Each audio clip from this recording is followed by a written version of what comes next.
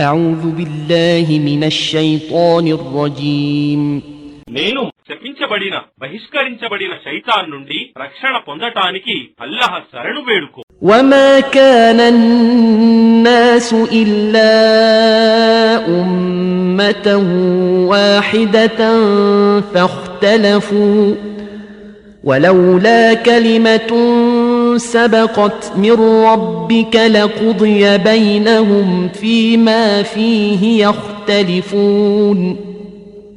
మరియు మానవులందరూ మొదట ఒకే సంఘంగా ఒకే ధర్మం మీద ఉండేవారు.